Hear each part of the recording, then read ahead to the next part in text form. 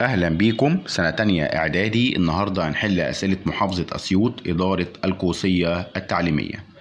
أمام خريطة صماء للوطن العربي اكتب ما تشير إليه الأرقام التالية. 1. دولة منتجة للحديد. طبعا الدولة المنتجة للحديد في الحتة دي يا شباب هي دولة موريتانيا. 2. دولة منتجة للقطن. طبعا الدولة المنتجة للقطن في الحتة دي هي دولة عندنا السودان. 3. المحيط. طبعا المحيط في الحتة دي يا شباب وهو المحيط عندنا الأطلنطي. 4. البحر اللي موجود في الحتة دي هو البحر المتوسط. باء اكتب كلمة صواب أمام العبارة الصحيحة وكلمة خطأ أمام العبارة غير الصحيحة. يعد توافر رأس المال من العوامل الطبيعية لقيام الزراعة بالوطن العربي.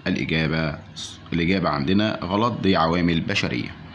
السؤال اللي بعده، تمثل الطائرات والسيارات والإلكترونيات أهم الواردات العربية. الإجابة صواب. 3. تحتاج زراعة القمح إلى درجة حرارة معتدلة وتربة خصبة جيدة الصرف. الإجابة عندنا هتكون صواب. تعد مظاهر الحضارة من المقاومات البشرية للسياحة. الإجابة صواب. اختر الإجابة الصحيحة مما بين القوسين. تعتمد الزراعة في معظم الوطن العربي على المياه الجوفية، الأنهار، الأمطار، البحيرات. طبعا الإجابة الأمطار. من الدول العربية الغنية بالثروات البشرية، السعودية، مصر، عمان، البحرين. الإجابة مصر. 3. من الدول العربية تتركز بها زراعة الأرز، المغرب، العراق، الأردن، عمان. طبعا الإجابة العراق. 4. تواجه الصناعات العربية مشكلاتها، منها التركيز على الصناعات الاستخراجية، الغذائية، الكيماوية، التحويلية. طبعا الإجابة الاستخراجية. 5. يدخل معدن نقط في صناعة الصلب، صناعة معدن الزنك ولا النحاس ولا الرصاص ولا المنجنيز.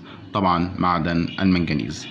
6. تعد سياحة السفاري نوعا من السياحة الترفيهية، الطبية، الدينية، العلمية. طبعا الإجابة الترفيهية.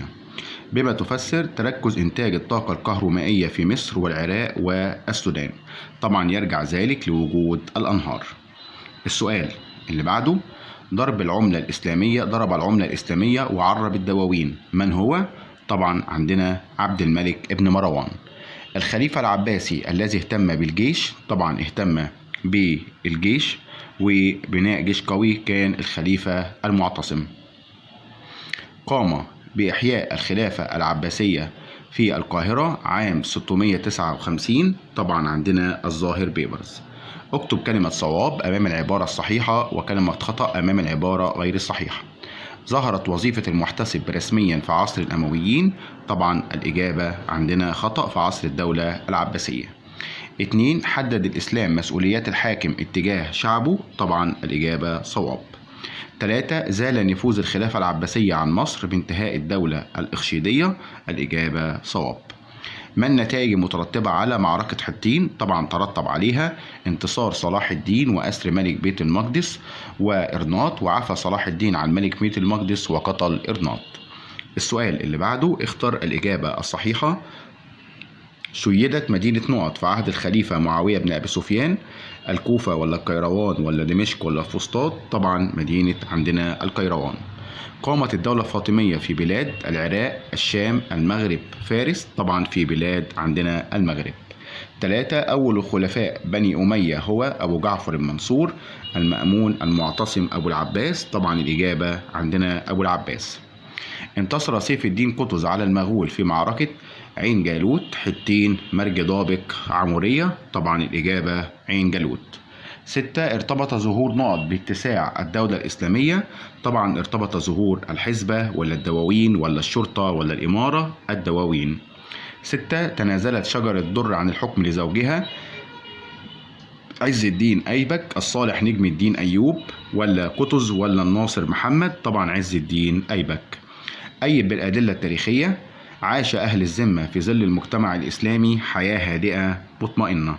طبعا عندنا احترم الإسلام حقوقهم ولم يفرق بين أحد على أساس اللون أو الجنس أو الدين، واحترم المساواة أمام القضاء والقانون، وساوى الإسلام بين المسلمين وغيرهم من أهل الذمة إلا في العقيدة والعبادة. وبكده يا شباب انتهينا من أسئلة المحافظة. شكرا ليكم، وكان معكم مستر إبراهيم كامل من قناة على السريع. يا ريت تدعمونا باشتراك في القناة لو سمحتم ليأتيكم كل ما هو جديد، والسلام عليكم ورحمة الله وبركاته. أهلا بيكم سنة تانية إعدادي. النهاردة هنحل أسئلة محافظة أسيوط إدارة القوسية التعليمية. أمام خريطة صماء للوطن العربي اكتب ما تشير إليه الأرقام التالية. 1. دولة منتجة للحديد. طبعا الدولة المنتجة للحديد في الحتة دي يا شباب هي دولة موريتانيا.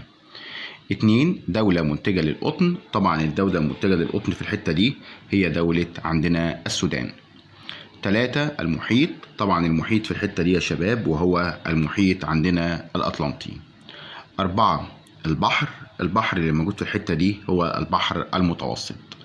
باء اكتب كلمة صواب أمام العبارة الصحيحة وكلمة خطأ أمام العبارة غير الصحيحة. يعد توافر رأس المال من العوامل الطبيعية لقيام الزراعة بالوطن العربي. الإجابة عندنا غلط، دي عوامل بشرية.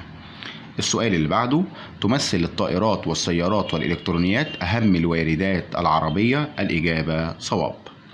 3. تحتاج زراعة القمح إلى درجة حرارة معتدلة وتربة خصبة جيدة الصرف. الإجابة عندنا هتكون صواب. تعد مظاهر الحضارة من المقاومات البشرية للسياحة. الإجابة صواب. اختر الإجابة الصحيحة مما بين القوسين. تعتمد الزراعة في معظم الوطن العربي على المياه الجوفية، الأنهار، الأمطار، البحيرات. طبعا الإجابة الأمطار. من الدول العربية الغنية بالثروات البشرية، السعودية، مصر، عمان، البحرين. الإجابة مصر.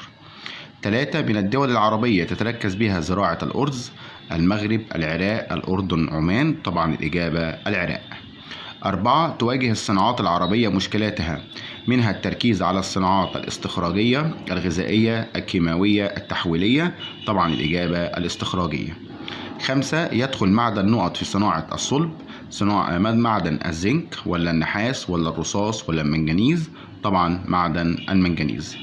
6. تعد سياحة السفاري نوعا من السياحة الترفيهية، الطبية، الدينية، العلمية. طبعا الإجابة الترفيهية. بما تفسر تركز إنتاج الطاقة الكهرومائية في مصر والعراق والسودان. طبعا يرجع ذلك لوجود الأنهار. السؤال اللي بعده، ضرب العملة الإسلامية وعرب الدواوين. من هو؟ طبعا عندنا عبد الملك ابن مروان. الخليفة العباسي الذي اهتم بالجيش. طبعا اهتم بالجيش وبناء جيش قوي كان الخليفة المعتصم. قام بإحياء الخلافة العباسية في القاهرة عام 659. طبعا عندنا الظاهر بيبرز. اكتب كلمة صواب أمام العبارة الصحيحة وكلمة خطأ أمام العبارة غير الصحيحة.